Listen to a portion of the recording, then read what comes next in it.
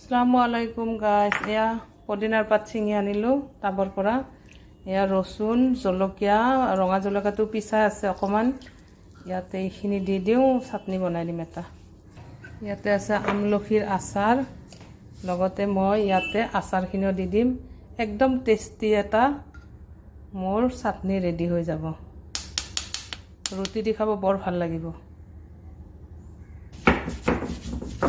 या मिक्स करी खिनि এতিয়া মই ইয়াতে খালি অকল নিমখ দিম অকমান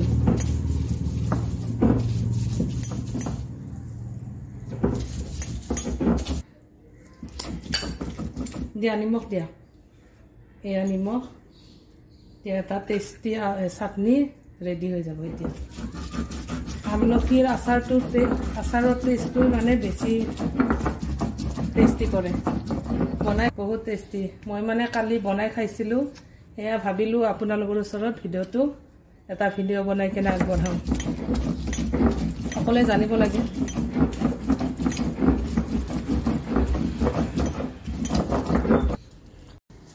এয়া পিছা ৰেডি হৈ গল গাইস কেনেকুৱা পালে জনাবাচোন মোৰ চাটনি ৰেচিপি বহুত টেস্টি লাগে খাই গাইস বনাই চাব আমলখিৰ আচাৰটো কিন্তু দিব আমলখিৰ আচাৰটো বহুত জৰুৰী পদিনা নহৰু নিমখ লগতে অকমান নেমু দিলেও দিব পাৰি thank you guys bye bye আল্লাহ হাফিজ